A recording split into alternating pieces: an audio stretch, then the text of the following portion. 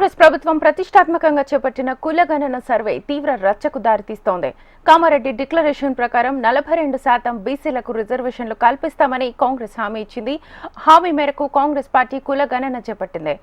దీంట్లో బీసీల జనాభా బయటపడింది. బీసీ కులగణనలో బీసీల జనాభాను తగ్గించి చూపారని బీసీ సంఘాల నేతలు పెద్ద ఎత్తున నిరసనలు చేపట్టడంతో ప్రభుత్వం దిగొచ్చింది.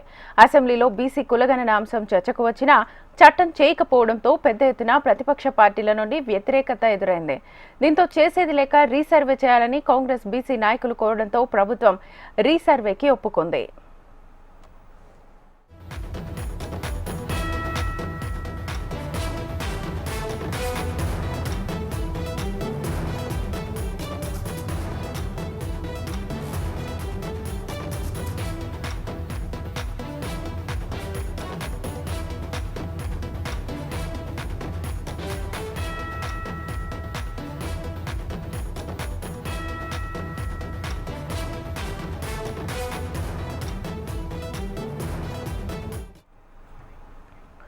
కాంగ్రెస్ ప్రభుత్వం ప్రతిష్టాత్మకంగా చేపట్టిన కులగణన సర్వే తీవ్ర రచ్చకు దారితీస్తోంది. కామారెడ్డి డిక్లరేషన్ ప్రకారం 42% బీసీలకు రిజర్వేషన్లు కల్పిస్తామని కాంగ్రెస్ హామీ ఇచ్చింది. హామీ మేరకు కాంగ్రెస్ పార్టీ కులగణన చేపట్టింది. దీంట్లో బీసీల జనాభా బయటపడింది. బీసీ కులగణనలో బీసీల జనాభాను తగ్గించి చూపించారని బీసీ సంఘాల నేతలు పెద్ద ఎత్తున నిరసనలు చేపట్టడంతో ప్రభుత్వం దిగొచ్చింది. అసెంబ్లీలో బీసీ కులగణన అంశం చర్చకు వచ్చినా చట్టం చేయకపోవడంతో పెద్ద ఎత్తున ప్రతిపక్ష పార్టీల నుంచి వ్యతిరేకత ఎదురైంది. దీంతో చేసేది లేక రీసర్వే చేయాలని కాంగ్రెస్ బీసీ నాయకులు కోరడంతో ప్రభుత్వం రీసర్వేకి ఒప్పుకుంది.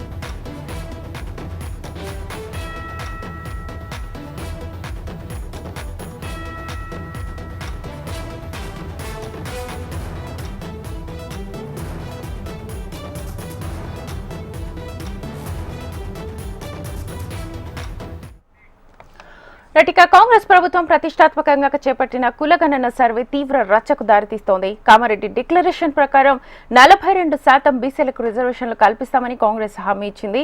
అయితే హామీ మేరకు కాంగ్రెస్ పార్టీ కులగణన చేపట్టింది. ఇందులో బీసీల జనాభా బయటపడింది. బీసీ కులగణనలో బీసీల జనాభా తగ్గించి చూపించారని బీసీ సంఘాల నేతలు పెద్ద ఎత్తున నిరసనలు చేపట్టడంతో ప్రభుత్వం దిగొచ్చింది. అసెంబ్లీలో బీసీ కులగణన అంశం చర్చకు వచ్చినా చట్టం చేయకపోవడంతో పెద్ద ఎత్తున ప్రతిపక్ష పార్టీల నుంచి వ్యతిరేకత ఎదురైంది.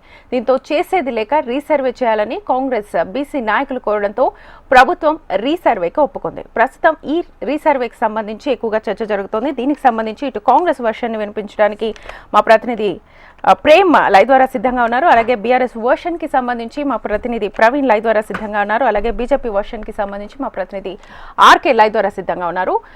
ఫస్ట్ కాంగ్రెస్ వర్షన్ కి సంబంధించి ప్రేమ్ లైవ్ ద్వారా సిద్ధంగా ఉన్నారు. సో ప్రేమ్, రీసర్వేకి సంబంధించి అప్డేట్స్ ఎలా ఉన్నాయి?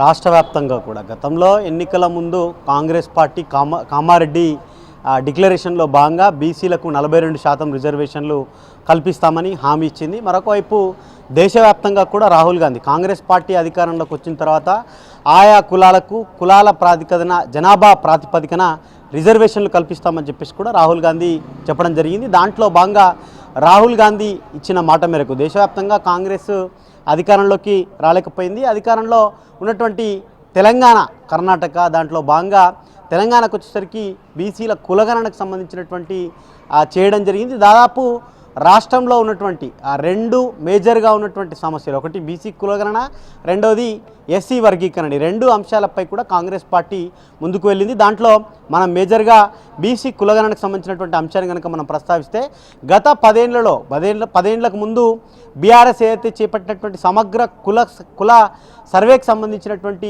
రిపోర్ట్ ప్రకారం ఇప్పుడు కాంగ్రెస్ ప్రభుత్వం చేపట్టిన కులగణన ఆయా కులాలకు సంబంధించినటువంటి జనాభా శాతం చాలా తక్కువగా చూపించడం జరిగింది. ఈ కులగణన సర్వేను ఖచ్చితంగా రీసర్వే చేయాలి, కులాల జనాభా తగ్గించి రిజర్వేషన్లు తగ్గించే కుట్ర కాంగ్రెస్ ప్రభుత్వం చేస్తుంది, కాంగ్రెస్ పార్టీ చేస్తుంది అని చెప్పి పెద్ద ఎత్తున బీసీకి సంబంధించినటువంటి సంఘాల నేతలు, ప్రతిపక్ష పార్టీలు కూడా పెద్ద ఎత్తున డిమాండ్ చేయడం జరిగింది. మరొకవైపు ఓసీలకు సంబంధించినటువంటి జనాభా కూడా గతంలో 10 ఏళ్లకు ముందుకు ఇప్పటికీ ఓసీల జనాభా పెరిగి బీసీల జనాభా తగ్గడంపై కూడా పెద్ద ఎత్తున నిరసనలు వ్యక్తం చేశారు.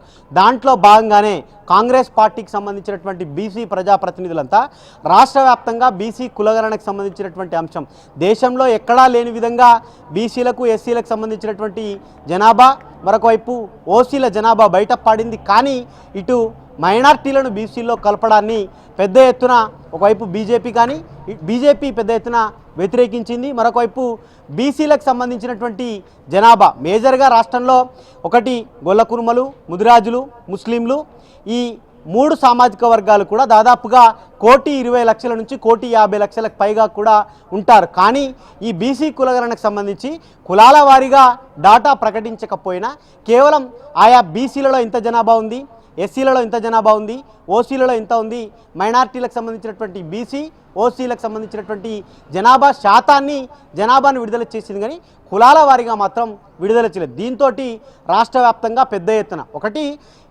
ఎత్తున నిరసనలు చేయడంతో కాంగ్రెస్ పార్టీ కూడా అసెంబ్లీలో చర్చ చేసిన తర్వాత దానిపై ప్రకటన విడుదల చేస్తామని ప్రభుత్వం ప్రకటించింది. మరొకవైపు ప్రకటన కాదు చట్టం చేయాలని చెప్పి ప్రతిపక్ష పార్టీలు డిమాండ్ చేశారు. కానీ ప్రభుత్వం మాత్రం ఇటు ఎస్సీ వర్గీకరణ, బీసీ కులగణన ఈ 2 అంశాలపై అసెంబ్లీలో చర్చించింది, చట్టం చేయలేకపోయింది.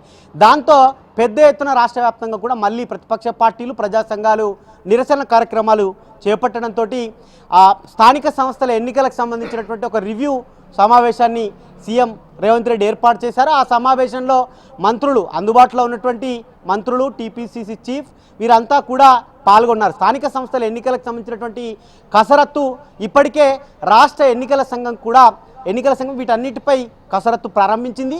ఇక 15వ తారీఖు ఎన్నికలు వస్తాయని చెప్పేసి కూడా కొంతమంది మంత్రులు ఆయా ఉమ్మడి జిల్లాలో ప్రకటనలు కూడా చేశారు. ఈ నేపథ్యంలోనే ఏదైతే ఆ కమాండ్ కంట్రోల్లో జరిగినటువంటి సమావేశంలో స్థానిక సంస్థలకు సంబంధించినటువంటి రివ్యూలో బీసీ ప్రజాప్రతినిధులుగా ఉన్నటువంటి కొంతమంది మంత్రులు కానీ లేకపోతే ఎమ్మెల్యేలు, ఎమ్మెల్సీలు వీరు ఆ సమావేశంలో మాట్లాడుతూ ఇప్పుడు దేశవ్యాప్తంగా ఎక్కడా లేని విధంగా కులగణన చేశాం, కానీ వాటికి సంబంధించిన డాటా విషయంలో సంఘాల వాళ్ళు ఈ అభ్యంతరాన్ని వ్యక్తం చేస్తున్నారు. కాబట్టి ఆయా సంఘాలను పిలిపించుకొని మాట్లాడడం ద్వారా వారికి ఉన్నటువంటి సమస్యలను పరిష్కారం చేసి పెద్ద ఎత్తున చట్టం చేసుకోవడం వల్ల దేశానికి దిక్సూచి అవుతామని చెప్పి బీసీ ప్రజాప్రతినిధులు చెప్పడంతో సీఎం దాన్ని అంగీకరించారు. ఆ తర్వాత తెల్లారి ఆ బీసీ ప్రజాప్రతినిధి ఎవరైతే ఈ రిజర్వేషన్లకు సంబంధించినటువంటి శాతాన్ని తగ్గించారని చెప్పి రాష్ట్ర వ్యాప్తంగా నిరసన చేస్తున్నటువంటి సంఘాల వారిని పిలిపించుకొని మీకున్నటువంటి ఆ కులగణనలో ఉన్నటువంటి అభ్యంతరాలను తెలపాలని చెప్పేసి వారి దగ్గర నుండి రిప్రజెంటేషన్ తీసుకున్నారు.